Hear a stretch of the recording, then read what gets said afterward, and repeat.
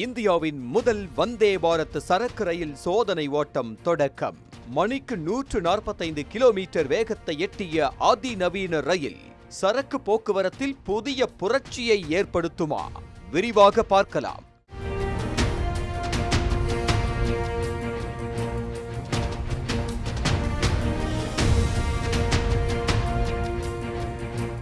இந்தியாவின் முதல் வந்தே பாரத் சரக்கு EMU ரயிலின் வேகம் மற்றும் பாதுகாப்பு சோதனைகள் அதிகாரப்பூர்வமாக தொடங்கி உள்ளன. சென்னையில் உள்ள ஒருங்கிணைந்த ரயில் பெட்டி தொழிற்சாலையான ICF-இல் தயாரிக்கப்பட்ட 16 பெட்டிகள் கொண்ட இந்த மின்சார சரக்கு ரயில் ராஜஸ்தானின் கோட்டா, நாக்தா, சவாய் மாதோப்பூர் அதிவேக ரயில் வழித்தடத்தில் சோதனைக்கு உட்படுத்தப்பட்டுள்ளது. ரயில்வே ஆராய்ச்சி, வடிவமைப்பு மற்றும் தரநிலை அமைப்பான RDSO மேற்கொள்ளும் இந்த சோதனையில் ரயில் மணிக்கு 145 கிலோமீட்டர் என்ற உச்ச வேகத்தை எட்டியுள்ளது. சுமார் 1 மாத காலம் தினமும் குறைந்தது 2 சுற்றுகள் இயக்கப்பட்டு பல்வேறு தொழில்நுட்ப பரிசோதனைகள் நடத்தப்பட உள்ளன.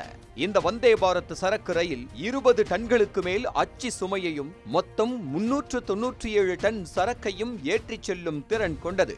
குளிர்சாதன வசதியுடன் கூடிய பார்சல் பெட்டிகள், கட்டாய காற்றோட்ட அமைப்பு, தானியங்கி தர அமைப்பு மற்றும் மேம்பட்ட மின்சார இயக்க தொழில்நுட்பம் இதில் இடம்பெற்றுள்ளது. தற்போதைய வழக்கமான சரக்கு ரயில்கள் மணிக்கு 60 முதல் 70 கிலோமீட்டர் வேகத்தில் இயக்கப்படுகின்றன.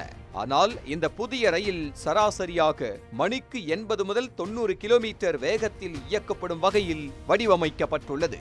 பாதுகாப்பு அம்சங்களும் இதில் அதிக முக்கியத்துவம் பெற்றுள்ளன.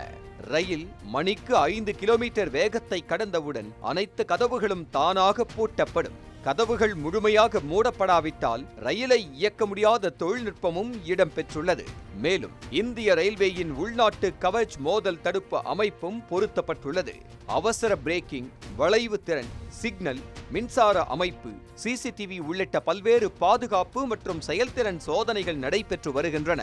இந்த சோதனைகள் வெற்றிகரமாக நிறைவடைந்தால் இந்தியாவில் சரக்கு போக்குவரத்தை வேகமான, பாதுகாப்பான மற்றும் சுற்றுச்சூழலுக்கு உகந்த புதிய கட்டத்திற்கு கொண்டு செல்லும் முக்கிய முன்னேற்றமாக இந்த வந்தே பாரத் சரக்கு ரயில் அமையும் என ரயில்வே வட்டாரங்கள் எதிர்பார்க்கின்றன.